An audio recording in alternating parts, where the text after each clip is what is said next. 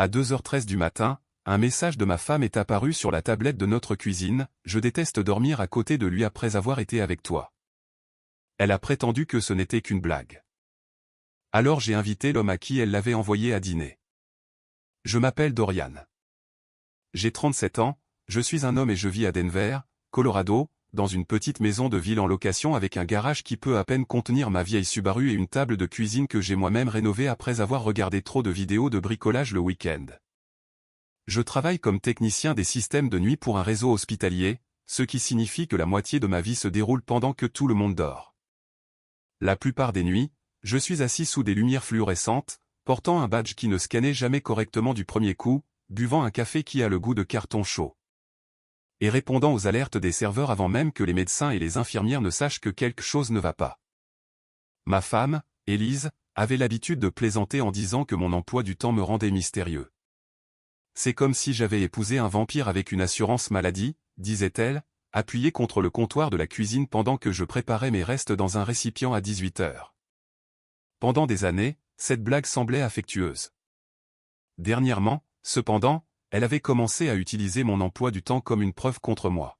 « Tu n'es jamais là, disait-elle. »« Je suis là tous les matins, répondais-je. »« Ce n'est pas la même chose. » Nous étions mariés depuis 6 ans et pendant la majeure partie de ce temps, je pensais que nous étions fatigués de la manière normale dont les couples mariés deviennent fatigués. Les factures, le travail, le trafic sur LIU 225, un lave-vaisselle qui ne fonctionnait que si on donnait 2 coups de pied dans le panneau inférieur. Des poils de chien sur le canapé. Des reçus d'épicerie collés au réfrigérateur avec des aimants faibles. Rien de glamour, rien de tragique, juste la vie. Élise travaillait dans le marketing pour une agence immobilière de luxe du centre-ville. Son travail impliquait des dîners tardifs avec des clients, des journées portes ouvertes, des cocktails de réseautage et des campagnes de dernière minute qui semblaient toujours nécessiter 1 heure de plus. Je la croyais parce que son travail avait toujours été social, soigné et imprévisible. Le mien était le contraire. Les serveurs ne se souciaient pas du charme. S'ils plantaient, ils plantaient. Nous vivions près d'Aurora, assez près de mon bureau à l'hôpital pour que je puisse m'y rendre rapidement en cas de panne des systèmes, assez loin du centre-ville pour qu'Élise ait toujours une raison de se plaindre du trajet. Notre chien, Maple, un bâtard brun avec une patte blanche et un talent pour avoir l'air trahi chaque fois que quelqu'un fermait une porte, était généralement le seul témoin de nos matins tranquilles. Cette nuit-là, je suis rentré un peu après 2h du matin. Une base de données de pharmacie était tombée en panne vers minuit, et le temps que nous stabilisions tout, ma chemise sentait le café rassis et le stress. L'air extérieur était froid et sec, le genre de froid de Denver qui fait craquer les articulations quand on attrape le volant. Je suis rentré chez moi en passant par des carrefours vides et des centres commerciaux sombres, avec les montagnes comme une simple ligne noire au loin. À l'intérieur de la maison, tout était calme. Maple a levé la tête du canapé, a battu 2 fois de la queue et a décidé que je n'étais pas assez intéressant pour qu'elle se lève. J'ai réchauffé au micro-ondes des restes de pad thai, je les ai mangés froids quand même parce que j'étais trop fatigué pour attendre, et je me suis assis à la table de la cuisine avec la tablette partagée posée à côté de moi. Élise et moi utilisions cette tablette pour les recettes, les factures, regarder des émissions en streaming en cuisinant, et tout ce qui, dans la maison, nécessitait un écran plus grand qu'un téléphone. Je parcourais une recette de poulet au citron qu'Élise avait enregistrée et qu'elle n'avait jamais faite lorsque la notification est apparue en haut de l'écran. Rowan, je déteste te quitter et retourner faire semblant que tout est normal. Avant que je puisse même assimiler cela, un autre message est apparu. Rowan, dis-moi que tu détestes dormir à côté de lui après avoir été avec moi, toi aussi. Puis la réponse d'Élise est arrivée. Je déteste dormir à côté de lui après avoir été avec toi. J'ai regardé l'écran si longtemps que la tablette s'est assombrie. La maison n'a pas soudainement changé. Le réfrigérateur bourdonnait toujours. Maple s'est gratté une fois derrière l'oreille. L'horloge du micro-ondes affichait toujours 2h13 du matin. Mais quelque chose à l'intérieur de moi est devenu très silencieux. Je n'ai pas crié. Je n'ai pas jeté la tablette. Je ne suis pas monté en courant. Je suis juste resté assis là avec des nouilles froides dans la bouche, incapable d'avaler. Puis j'ai entendu du mouvement au-dessus de moi. Une planche du plancher a craqué. Des pas rapides ont traversé la chambre. Les escaliers ont gémi sous un poids pressé. Élise est apparue dans la cuisine, vêtue d'un t-shirt trop grand, les cheveux attachés à la hâte, le visage trop éveillé pour quelqu'un qui était censé dormir. « Qu'est-ce que tu fais » a-t-elle demandé. Je l'ai regardée, puis j'ai regardé la tablette. Elle a vu l'écran. Pendant une seconde, elle a cessé de respirer. Puis elle a ri. Ce n'était pas un vrai rire. Il était mince et aigu, comme si elle s'était coupée sur le premier mensonge et essayait de ne pas regarder la blessure. « Oh mon Dieu » a-t-elle dit. Ça a l'air tellement mauvais. En effet. C'est une blague. J'ai attendu. C'est une blague de travail, a-t-elle ajouté à 2h13 du matin. Nous parlions plus tôt. C'est juste Rowan qui fait l'idiot. À qui était-ce destiné? Son expression a changé. Pas de la tristesse, pas de la culpabilité, de l'agacement. Pourquoi lis-tu mes messages? C'est apparu sur notre tablette. Ça ne veut pas dire que tu as le droit de t'asseoir ici et de fouiller dans mes conversations privées. Je n'ai rien fouillé. C'est apparu pendant que je mangeais. Elle s'est avancée et a arraché la tablette de la table. Maple s'est levée du canapé et s'est dirigée vers la porte arrière, grattant légèrement le cadre comme si elle avait décidé que c'était le bon moment pour quitter la pièce. Le pouce d'Élise bougeait rapidement sur l'écran. « Qu'est-ce que tu fais » ai-je demandé. « Tu la fermes ? Tu l'effaces » Elle s'est figée. Puis elle m'a regardé avec cette expression blessée qui aurait peut-être fonctionné sur moi une semaine plus tôt. Je ne peux pas croire que c'est ce que nous sommes devenus. Élise, non. Sérieusement. Tu rentres à la maison au milieu de la nuit, tu es en manque de sommeil. Tu vois un message stupide et tout à coup, je suis en procès. J'ai repoussé le pas de taille. Dis-moi juste qui est Rowan. Tu connais Rowan? Je ne connaissais pas Rowan. Rowan était le fiancé de Belle. Belle était l'une des amies les plus proches d'Élise. Elles brinchaient ensemble, s'envoyaient des mémos vocaux, se plaignaient du travail et avaient passé 3 week-ends à débattre des polices de caractère pour les invitations de mariage parce que Belle ne pouvait pas se décider entre Crime et Ivory. Ce Rowan-là. Mon estomac s'est noué, mais je n'ai pas encore prononcé son nom complet. Rowan du travail? Ai-je demandé. Élise a cligné des yeux. Puis elle a dit, oui, trop vite. Votre agence immobilière a un Rowan. Il nous consulte parfois. Tu as dit que c'était une blague de travail. C'en est une. Mais il a dit qu'il retournait faire semblant que tout est normal. Elle a regardé vers la porte arrière alors que Maple grattait à nouveau. Tu déformes les choses. Je suis en train de lire. Tu te comportes de manière effrayante en ce moment. Ce mot a atterri entre nous. Effrayant. Je n'avais pas haussé la voix. Je ne m'étais pas levé. J'étais toujours assis avec une main sur la table et l'autre sur mes genoux. Élise, ai-je dit prudemment. Je te pose une question. Et je te dis que tu me fais sentir acculé. J'ai failli m'excuser. C'était la partie embarrassante. Un réflexe en moi voulait encore rendre la pièce moins tendue, même si son message était là comme du verre brisé. J'ai grandi dans une maison où les disputes ne restaient pas des disputes. Elles devenaient des portes qui claquent, des voisins qui faisaient semblant de ne pas entendre, et des gens qui disaient des choses qu'ils prétendaient plus tard avoir oubliées. J'ai donc appris très tôt à garder ma voix égale, à me faire plus petit, à mettre fin au conflit avant qu'ils ne puissent montrer les dents. Élise savait cela de moi. Elle disait que ça me rendait patient. Cette nuit-là, j'ai commencé à me demander si elle n'avait pas appris à le traiter comme une faiblesse. Je vais me coucher, a-t-elle dit avec la tablette. Elle a baissé les yeux comme si elle avait oublié qu'elle la tenait. Je dois réparer la synchronisation. Elle a manifestement un problème. C'est pratique. Ses yeux se sont durcis. Ne commence pas. Puis elle est montée à l'étage avec la tablette serrée contre sa poitrine. Je l'ai laissée partir. J'ai sorti Maple dans la petite cour clôturée. L'air froid m'a frappé le visage. Et pendant 1 minute, je suis resté là en chaussettes pendant qu'elle reniflait la même parcelle d'herbe qu'elle reniflait chaque nuit. Le ciel au-dessus d'Aurora était clair. Trop clair. Le genre de ciel qui faisait que chaque son semblait distinct. Une voiture qui passe, une sirène lointaine, ma propre respiration. Je n'ai pas dormi. À 7 heures du matin, Élise était déjà partie au travail. Elle n'avait pas fait de café. Elle n'avait pas nourri Maple. Elle n'avait pas laissé de mots sur le comptoir comme elle le faisait habituellement quand elle essayait d'être douce après un désaccord. À 8h12, mon téléphone a vibré. C'était Belle.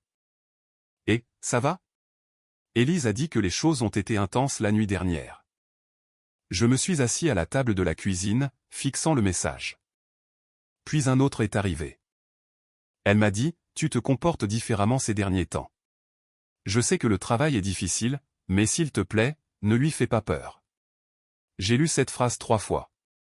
S'il te plaît, ne lui fais pas peur. Avant que je puisse répondre, un autre ami de la conversation de groupe, Marcus, m'a envoyé un texto, « Mec, laisse peut-être de l'espace à Élise aujourd'hui. » Puis Tessa, la sœur cadette d'Élise. « Qu'est-ce que tu as fait ?» J'ai posé mon téléphone. C'était ça. Pendant que j'essayais de comprendre un message, Élise avait déjà écrit la première ébauche d'une histoire où j'étais le problème.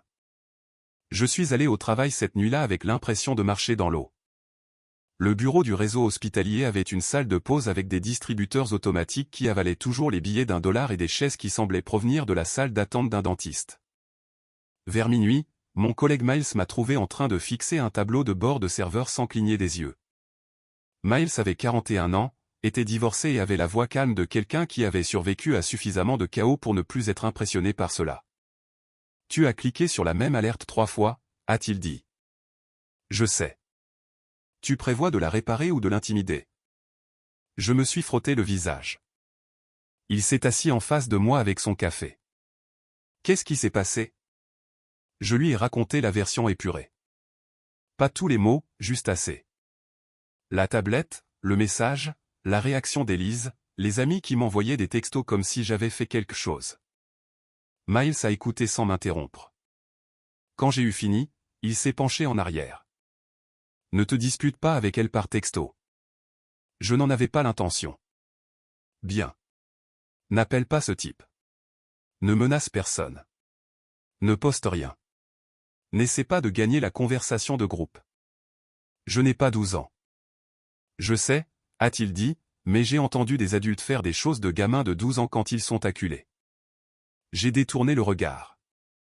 Il s'est un peu adouci. Documente tout tranquillement. Date, heure, capture d'écran, enregistrement. Si elle dit déjà aux gens que tu es instable, ne lui donne pas une scène qu'elle puisse utiliser. C'était la première chose pratique que quelqu'un m'avait dite depuis l'apparition du message. Alors, j'ai écouté. Quand je suis rentré à la maison le lendemain matin, Élise était dans la cuisine en train de faire des toasts comme si de rien n'était. La tablette n'était pas sur le comptoir. Où est-elle ? Ai-je demandé. Quoi ? La tablette. Dans mon sac. Je l'emmène au travail. Pourquoi ? Pour la faire examiner. J'ai failli rire. Ton bureau de marketing a un service informatique qui répare notre tablette de cuisine. Elle a beurré son toast très soigneusement. Je ne veux pas faire ça maintenant. Faire quoi ? Cet interrogatoire ? Maple était assise entre nous, me regardant puis elle, espérant que la crise émotionnelle de quelqu'un impliquerait du toast. J'ai dit, je ne vais pas me battre avec toi avant que tu partes au travail. Super, mais je ne vais pas non plus prétendre que je n'ai pas vu ce que j'ai vu. Ses épaules se sont tendues. Tu as vu un message sans contexte. Alors donne-moi le contexte. Elle a pris son sac à main. J'ai une réunion tôt. Il était 9h40. Élise. Elle s'est arrêtée à la porte. Si ce n'est rien, pourquoi agis-tu comme si c'était quelque chose ? Pour la première fois, son visage a flanché. Pas dans la culpabilité, exactement. Plutôt dans la peur. Puis c'était parti. Tu as besoin d'aide, Dorian, a-t-elle dit doucement. Et elle est partie. Je suis resté là longtemps après que la porte se soit fermée. Puis j'ai commencé à vérifier les choses auxquelles nous avions tous les deux accès. Pas son email privé, pas son téléphone. Je n'avais pas besoin de pirater quoi que ce soit. La vie conjugale laisse des traces partout. Entrée de calendrier partagé, relevé de cartes de crédit, reçu de parking qu'elle avait jeté dans la console de sa voiture, frais de péage, frais de VTC, historique de localisation du forfait familial. Qu'Élise elle-même avait insisté pour que nous gardions activé après que sa voiture soit tombée en panne dans une tempête de neige 2 ans plus tôt. Au début, cela ressemblait à du bruit. Centre-ville de Denver, journée portes ouvertes, dîner client, événements marketing, campagne tardive. Puis la même petite zone est apparue à nouveau, un pâté de maisons près d'un immeuble d'appartements moderne du centre-ville. Une fois, peut-être rien, 2 fois, une coïncidence. Cette fois en 6 semaines n'était pas une coïncidence. 3 de ces soirs, Élise m'avait dit qu'elle était à une journée portes ouvertes à Cherry Creek. Un soir, elle m'avait envoyé une photo d'un verre de vin à moitié vide et avait dit « Le dîner client s'éternise. J'aimerais être à la maison. » Un autre soir, elle avait dit à Belle dans la conversation de groupe « Je quitte le travail tard. Appelle-moi si la panique du mariage frappe. » Ce même soir, sa localisation est restée devant l'immeuble de Rowan pendant près de 2 heures. J'ai découvert que c'était l'immeuble de Rowan parce que Belle avait une fois envoyé à la conversation de groupe une photo de la vue de son balcon, en plaisantant qu'elle l'épousait en partie pour les fenêtres donnant sur la montagne. Le nom de l'immeuble était visible sur l'auvent dans le coin de la photo. Je me suis rassied sur la chaise et j'ai senti quelque chose de plus froid que la colère s'installer en moi. Élise ne m'avait pas seulement trahi. Elle s'était assise avec Belle, avait souri à ses projets de mariage, l'avait aidé à choisir le papier des invitations, l'avait calmée quand elle était stressée, puis était allée voir l'homme que Belle avait assez confiance pour épouser. C'est à ce moment-là que toute l'affaire a cessé d'être de la confusion et est devenue de la clarté. J'ai imprimé les dossiers au travail avant le début de mon prochain quart. Non pas parce que je voulais un dossier dramatique comme dans un film, mais parce que le papier semblait plus difficile à effacer. J'ai tout étiqueté par date et heure. Capture d'écran des messages synchronisés que j'avais réussi à prendre de mon téléphone avant qu'Élise ne retire la tablette. Point de localisation, entrée de calendrier, registre de stationnement, un reçu de VTC d'une nuit où elle prétendait avoir conduit elle-même à un événement client. Je me suis envoyé des copies par email. J'ai sauvegardé des copies sur une clé USB. J'ai mis une enveloppe dans ma Subaru et une dans mon casier au travail. Miles m'a vu insérer des pages dans l'imprimante. C'est si grave que ça? A-t-il demandé. Pire. Il n'a pas demandé de détails. Il a juste dit, reste ennuyeux. Quoi? L'ennui est ton ami. Calme, prévisible, documenté, pas de grands gestes. J'ai essayé de rester ennuyeux. Élise, non. Au cours des jours suivants, elle a oscillé entre la douceur et la pression. Si rapidement que j'ai commencé à avoir le vertige. 1 minute, elle envoyait un texto, tu nous manques. Puis, tu me punis pour un malentendu. Puis, nous devons parler en privé. Nous n'avons pas besoin d'impliquer qui que ce soit d'autre. Cette dernière phrase revenait sans cesse. Nous n'avons pas besoin d'impliquer qui que ce soit d'autre. Bien sûr, elle ne voulait impliquer personne d'autre. Elle avait passé des semaines à impliquer des gens quand cela l'aidait. Ses amis, sa sœur, Belle, quiconque voudrait entendre que j'étais jaloux, distant, contrôlant, trop fatigué, trop méfiant. Mais maintenant que les faits existaient, la vie privée importait soudainement. Un après-midi, alors que j'essayais de dormir avant un quart, elle a appelé 3 fois. J'ai laissé aller à la messagerie vocale. La 4e fois, elle en a laissé un. Sa voix semblait tremblante. Dorian, s'il te plaît. Je sais que tu es blessé. Je sais que c'était une erreur, mais tu n'étais jamais censé le découvrir comme ça. Je veux dire, mon Dieu, ça est mal sorti. Je veux juste dire que nous aurions dû parler avant que ça ne devienne ça. Tu as été tellement absent, et j'étais seul. Et Rowan écoutait. Ce n'était pas censé devenir ce que tu penses que c'est. S'il te plaît, rentre à la maison et n'aggrave pas les choses. Je me suis assis sur le bord du lit dans notre chambre sombre, le téléphone à la main. Tu n'étais jamais censé le découvrir comme ça. Pas, il n'y a rien à découvrir. Pas, tu as mal compris. Pas, je ne t'ai pas trahi. Juste de la frustration que le rideau se soit levé au mauvais moment. J'ai sauvegardé le message vocal. Ce soir-là, Élise est rentrée à la maison avec des plats à emporter du restaurant thaï que nous aimions tous les deux. Elle l'a posé sur le comptoir comme une offrande. J'ai pris ton préféré, a-t-elle dit. J'étais debout près de l'évier en train de rincer la gamelle de Maple. Merci. Pouvons-nous s'il te plaît nous asseoir? Je me suis séché les mains. Bien sûr. Elle a semblé soulagée jusqu'à ce que je m'assoie en face d'elle et que je ne touche pas à la nourriture. Elle a croisé les mains sur la table. J'ai mal géré ça. C'est une façon de le dire. J'ai paniqué parce que tu avais l'air si en colère. J'étais assis. Tu étais froid. J'étais blessé. Elle a regardé vers la fenêtre. Je sais. Vraiment? Ses yeux se sont remplis, mais aucune larme n'est tombée. J'ai fait une erreur avec Rowan. Sa mâchoire s'est crispée. Ne prononce pas son nom comme ça. Comment devrais-je le prononcer? J'essaie de te parler et tu essaies de m'humilier. Ça a failli marcher aussi. Pendant une seconde, je me suis senti coupable de poser une question directe dans ma propre cuisine à propos de mon propre mariage. Puis, Maple a gratté à nouveau à la porte arrière, et le son m'a ramené dans la pièce. Je veux mettre les choses au clair, ai-je dit. Élise m'a regardé attentivement. Qu'est-ce que ça veut dire?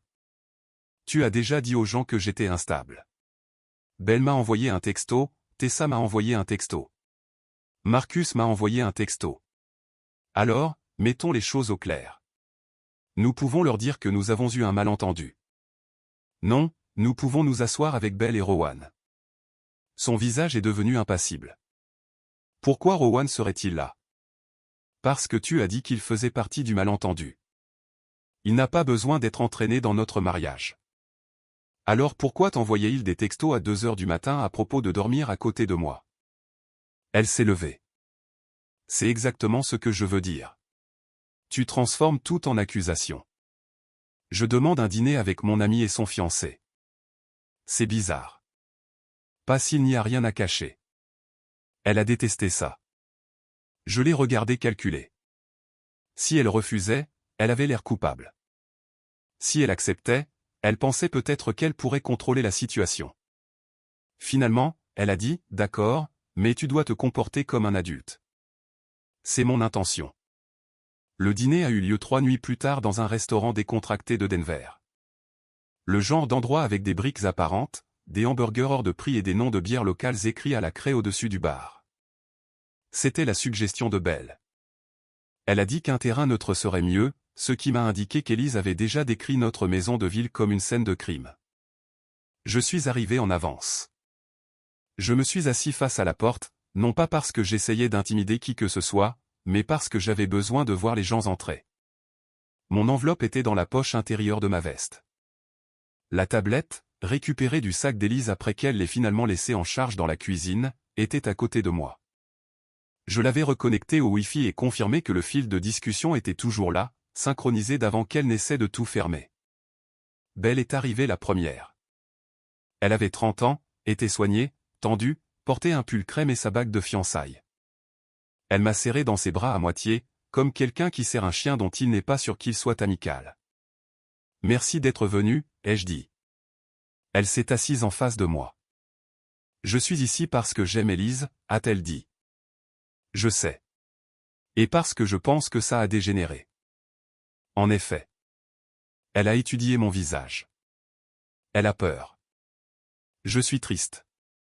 Ce ne sont pas les mêmes choses, ai-je dit. Avant qu'elle ne puisse répondre, Élise est entrée avec Rowan derrière elle. Cela m'en a dit assez. Ils n'auraient pas dû arriver ensemble.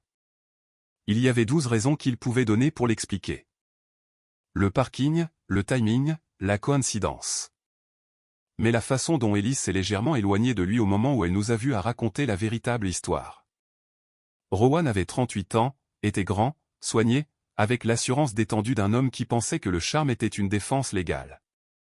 Il m'a fait un signe de tête prudent. Dorian, a-t-il dit. Mec, je suis désolé que ça soit devenu bizarre. Belle a regardé entre lui et Élise. Vous êtes venus ensemble? Rowan a tiré une chaise. Nous sommes arrivés en même temps dehors. Élise s'est assise rapidement. Pouvons-nous ne pas commencer par ça? Quelques autres amis sont venus aussi. Marcus et sa femme, Dana. Ils se sont assis près du bout de la table, silencieux et mal à l'aise. Je ne les avais pas invités, mais Élise l'avait fait. Je pense qu'elle voulait des témoins. Cela ne me dérangeait pas. Un serveur a apporté de l'eau. Personne n'a commandé pendant plusieurs minutes. Élise a finalement soupiré et a mis une main sur son front. Je déteste ça, a-t-elle dit. Je déteste que mon mariage soit transformé en commérage.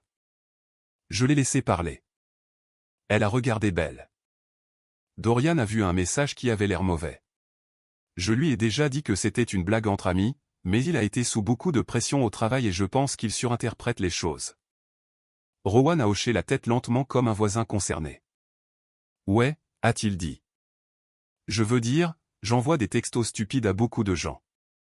J'ai probablement dépassé les bornes avec une blague. C'est de ma faute. Belle a touché sa bague avec son pouce. Qu'est-ce que tu as texté exactement? Rowan a jeté un coup d'œil à Élise. Élise a répondu la première. C'était sorti de son contexte. J'ai dit, alors explique le contexte. Elle m'a regardé avec un avertissement dans les yeux. J'ai gardé ma voix égale.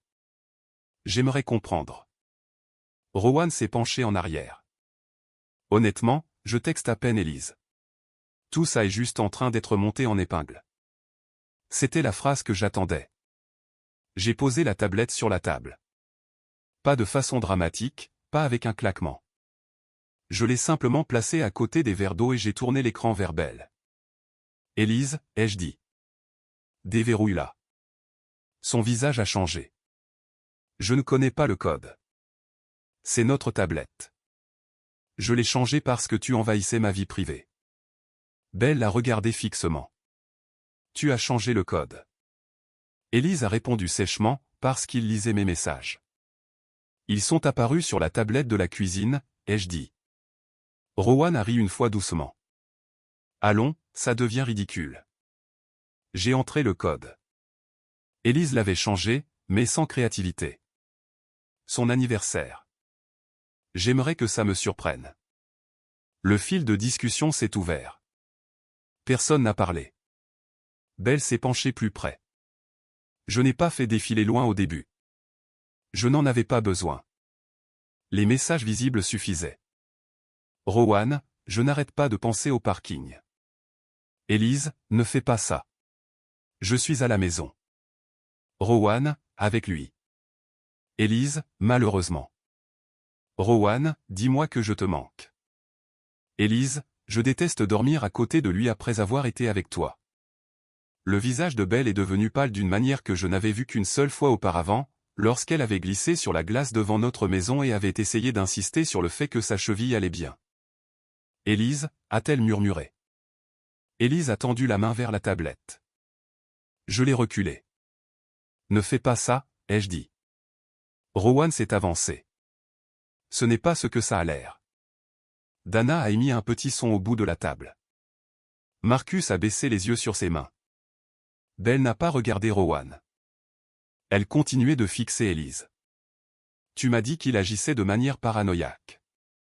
Les yeux d'Élise se sont remplis de larmes pour de vrai cette fois. Belle, je peux expliquer. Tu m'as aidé à adresser les invitations de mariage. Je sais. Tu t'es assise dans mon appartement et tu as parlé de mes vœux. Je sais et je suis désolé, mais c'est juste devenu compliqué. Belle a tressailli. Compliqué. Rowan a tendu la main vers celle de Belle. Elle l'a retirée. Ne me touche pas. Il a baissé la voix. Belle, écoute. Ces messages ont l'air pires qu'ils ne le sont. J'ai sorti les dossiers imprimés de la poche de ma veste et je les ai posés à côté de la tablette. Ce sont les dates où Élise a dit qu'elle était à des journées portes ouvertes, des dîners clients ou qu'elle t'aidait avec les préparatifs du mariage, ai-je dit à Belle. Elles correspondent à des points de localisation répétés à l'immeuble de Rowan. Élise a regardé l'enveloppe comme si elle était vivante. Tu m'as suivi. Nous avions le partage de la localisation familiale activée. Ton idée après que ta voiture soit tombée en panne dans cette tempête de neige. C'est une telle violation. Je l'ai regardé. Tu as utilisé nos amis pour me faire passer pour quelqu'un de dangereux parce que j'ai posé une question sur un message. Ne me fais pas la morale sur les violations. Pour la première fois cette nuit-là, ma voix a presque craqué. Pas de colère, d'épuisement. Rowan a pris une page, puis l'a reposée. Ça ne prouve rien. J'ai hoché la tête. Tu as raison. En soi, peut-être que non. Puis j'ai joué le message vocal. La voix d'Élise a rempli la table. Point, je sais que c'était une erreur, mais tu n'étais jamais censé le découvrir comme ça. Personne n'a bougé. Le restaurant continuait autour de nous. Des assiettes claquaient. Quelqu'un au bar a ri. Un serveur s'est dirigé vers nous, a vu nos visages et s'est retourné. Le message vocal a continué. Point, tu as été tellement absent, et j'étais seul et Rowan écoutait. Ce n'était pas censé devenir ce que tu penses que c'est. Je l'ai arrêté là. Belle a fermé les yeux. Élise a murmuré, Dorian, s'il te plaît. Rowan a dit, c'est privé. Belle a ouvert les yeux et l'a regardé. Alors tu n'as pas le droit de dire ça à qui que ce soit ici. Sa voix était calme. Ça rendait les choses pires. Elle a enlevé sa bague de fiançailles, pas en la jetant de façon dramatique. Elle l'a simplement glissée de son doigt, l'a posée sur la table devant Rowan et l'a poussée vers lui avec 2 doigts. C'est fini. Belle, a-t-il dit. Non, s'il te plaît, ne fais pas ça ici. Elle a laissé échapper un petit rire sans humour. C'est de ça que tu t'inquiètes. Élise a tendu la main vers elle. Belle, je n'ai jamais voulu te faire de mal. Belle s'est tournée vers elle. Tu étais mon amie. Je le suis. Non, a dit Belle. Tu étais assez proche de ma vie pour savoir exactement où couper. Élise a couvert sa bouche. Belle s'est levée, a pris son sac et m'a regardé. Je suis désolé de l'avoir cru. J'ai hoché la tête une fois. Je comprends pourquoi tu l'as fait. Elle est partie. Rowan l'a suivie après quelques secondes, mais pas avant de me regarder comme si j'avais fait quelque chose d'injuste en montrant aux gens la vérité qu'il avait créée. Élise est restée assise, pleurant doucement. Marcus et Dana sont partis sans dire grand-chose. Dana m'a serré l'épaule en sortant. Marcus avait l'air honteux, mais pas assez courageux pour le dire encore.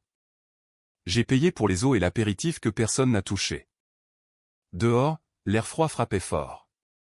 Élise m'a suivi dans le parking. Dorian. J'ai continué à marcher. Dorian, arrête. Je me suis arrêté à côté de ma Subaru. Elle se tenait à quelques mètres, les bras enroulés autour d'elle-même. J'ai fait une erreur, a-t-elle dit. Je l'ai regardée sous les lumières du parking. Elle paraissait plus petite que d'habitude. Pas inoffensive, juste plus petite. Combien de fois? Elle a pleuré plus fort. Ce n'était pas comme ça. C'était exactement comme ça. J'étais seul. Moi aussi. Tu n'étais jamais à la maison. Je travaillais de nuit pour que nous soyons stables. Je sais. Tu as dit aux gens que je te faisais peur. Son visage s'est décomposé. Je ne l'ai pas dit comme ça. Belle m'a envoyé un texto. S'il te plaît, ne lui fais pas peur. Tessa m'a demandé ce que j'avais fait. J'ai paniqué. Non, ai-je dit. Tu t'es préparé. Ça a fait mouche. Elle s'est essuyée les joues avec ses 2 mains. Je t'aime toujours. Je crois qu'elle le croyait à ce moment-là. C'était la partie la plus difficile. Je pense qu'Élise aimait des parties de moi. La partie stable, la partie indulgente, la partie qui faisait du café au lever du soleil et réparait les poignées de placard desserrés et emmenait Maple chez le vétérinaire et se souvenait de l'anniversaire de sa mère.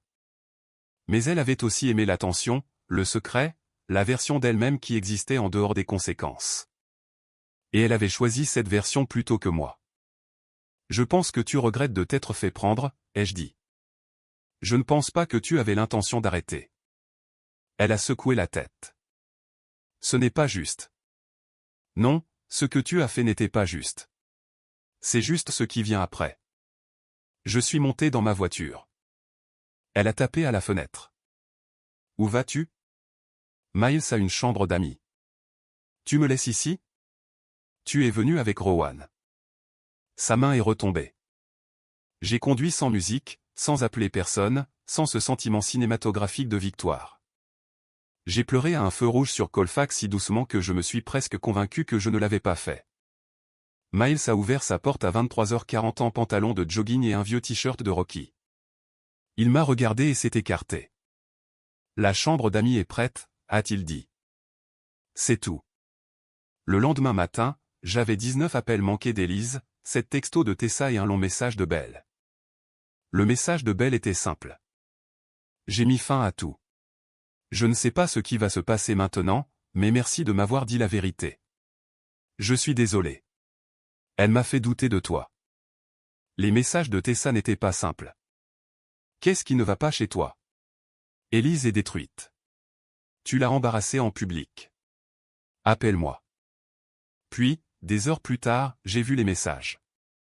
Puis, je suis désolé. Celui-là est resté sur mon écran pendant un moment. Quand j'ai finalement répondu, j'ai écrit, je n'essaie de monter personne contre elle. Je me sépare d'elle. C'est tout. Tessa a appelé quand même. J'ai répondu parce que malgré tout, je l'avais toujours aimée. Elle avait 28 ans, était directe, émotive et généralement honnête une fois qu'elle arrêtait de défendre celui qui l'avait contacté en premier. Sa voix était rauque. Elle nous a dit que tu étais contrôlant depuis des mois. J'ai dit, je m'en doutais. Elle a dit, tu as vérifié son téléphone. Je ne l'ai pas fait. Je le sais maintenant. Je me suis assis sur le lit d'amis de Miles en regardant une affiche encadrée d'un vieux festival de jazz. Elle a dit, tu étais jaloux de tous les hommes avec qui elle travaillait. Tessa a continué, j'ai posé des questions sur Rowan après que le message soit arrivé. Je sais.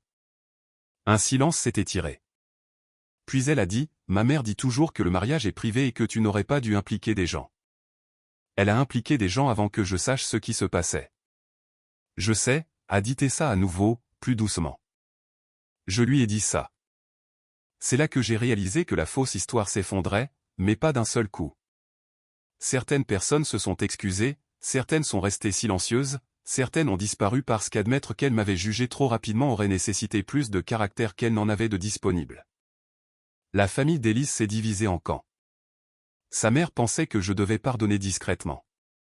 Son père m'a envoyé un seul texto qui disait « Je suis désolé, mon fils ». C'était suffisant. Tessa est passée voir Maple 2 fois et a apporté les friandises préférées du chien quand Élise a emménagé temporairement chez ses parents. Belle a annulé le mariage. D'après ce que j'ai entendu plus tard, Rowan a perdu plus que sa relation. Il avait mélangé ses mensonges personnels avec ses contacts professionnels. Et quand l'histoire s'est répandue dans leur cercle, les gens ont cessé de l'inviter dans des pièces où la confiance comptait. Je n'ai pas suivi les détails. Je n'avais pas besoin de voir sa vie rétrécir pour savoir que la mienne avait changé. Élise a continué à envoyer des messages. Au début, c'était des excuses. Je me déteste de t'avoir fait du mal. Puis des explications. J'étais seul et j'avais honte et je ne savais pas comment te le dire. Puis des reproches. Tu n'avais pas à me détruire devant tout le monde. Puis du marchandage. S'il te plaît, rentre à la maison pour que nous puissions parler comme des adultes. Puis une photo de la laisse de Maple près de la porte. Nous lui manquons. Celui-là a failli me briser. Pas parce que je voulais qu'Élise revienne, mais parce que la vie que je pensais que nous avions me manquait. Le café dans la cuisine avant le lever du soleil me manquait. Son chauffe-eau en chargeant mal le lave-vaisselle me manquait. Être marié à la version d'elle en laquelle j'avais cru me manquait. Mais le deuil n'est pas une instruction. J'ai répondu une fois, je ne discute plus de notre mariage sans avocat. Après ça, je l'ai mise en sourdine. La partie pratique était plus laide que le dîner. Il n'y a rien de cinématographique à séparer les comptes de streaming, changer les mots de passe, fermer une carte de crédit commune, se disputer par email au sujet des obligations de loyer et décider qui garde le canapé avec les poils de chien incrustés en permanence. J'ai rencontré un avocat dans un bureau du centre-ville qui sentait le papier et le nettoyant au citron. J'ai apporté mon enveloppe parce que Miles me l'avait bien fait comprendre. L'avocat a parcouru les documents et a dit, cela aide à la clarté, mais pour l'instant, concentrez-vous sur les finances, le logement et les limites de communication. Alors, c'est ce que j'ai fait. Je me suis retiré des abonnements partagés. J'ai changé les mots de passe de mes comptes bancaires et de mes emails. J'ai ouvert un nouveau compte courant. J'ai retiré mon nom de ce que je pouvais et j'ai documenté ce que je ne pouvais pas. Élise est restée chez ses parents, donc Maple est resté avec moi jusqu'à ce que nous réglions un accord formel. La maison de ville semblait étrange après ça. Pas vide exactement, plutôt comme si chaque objet était devenu un témoin. La table de cuisine que j'avais rénovée moi-même. La tasse bleue ébréchée qu'Élise m'avait achetée dans une boutique de bord de route en Idaho. Le crochet près de la porte où ses clés étaient accrochées. La tablette étalée dans un tiroir. Je ne voulais plus la voir. 2 mois plus tard, j'ai emménagé dans un appartement d'une chambre plus près du travail. C'était plus petit que la maison de ville, mais le trajet était meilleur et les fenêtres donnaient à l'ouest. Les matins clairs après un quart de nuit, je pouvais voir les montagnes prendre la lumière pendant que le reste de Denver semblait encore à moitié endormi. Je n'ai pas pris l'ancienne table de cuisine. J'en ai acheté une nouvelle dans un magasin d'entrepôt, simple et robuste, sans histoire attachée. Miles m'a aidé à la monter, se plaignant tout le temps que mon immeuble n'avait pas d'ascenseur. « Tu aurais pu choisir une table plus légère », a-t-il grogné. « J'aime celle-ci. »« Tu aimes souffrir. »« J'aime le bois massif. » Même chose. Nous l'avons placée près de la fenêtre. Maple a reniflé chaque pied, l'a approuvé et s'est endormi dessous. Le divorce avançait lentement parce que tout ce qui est officiel avance lentement quand on veut que ce soit fini. Élise trouvait encore des moyens d'envoyer des messages par des canaux pratiques. Certains étaient calmes, d'autres non. Une fois, elle a écrit qu'elle espérait que j'étais fier de moi d'avoir gagné. Je n'ai pas répondu parce que je n'avais pas gagné. Gagner aurait été que ma femme me dise la vérité avant que je doive la trouver sur une tablette de cuisine à 2h13 du matin. Gagner aurait été que Belle épouse quelqu'un digne de sa confiance. Gagner aurait été que 6 ans de mariage se terminent par une conversation au lieu de preuve. Ce que j'ai obtenu n'était pas la victoire, c'était la libération.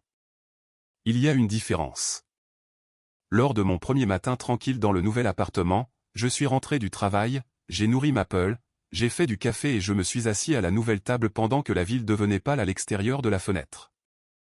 Mon téléphone ne s'est pas allumé avec des accusations. Personne ne me demandait si j'étais instable. Personne ne réécrivait ma douleur avant que j'aie le temps de la comprendre. Le silence semblait étrange au début.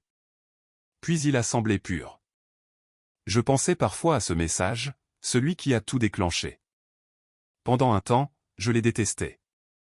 J'ai détesté le moment, la formulation, la façon dont il était apparu à côté de mon plat à emporter froid comme une notification ordinaire.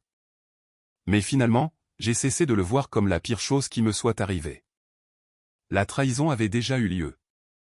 Les mensonges avaient déjà été racontés. Les gens autour de moi avaient déjà été préparés à douter de moi. Ce message n'a pas détruit mon mariage. Il a exposé ce qui vivait déjà à l'intérieur. Et une fois que je l'ai vu clairement, j'ai arrêté de mendier l'honnêteté de quelqu'un qui n'offrait que des bribes de vérité après avoir manqué d'endroits où se cacher.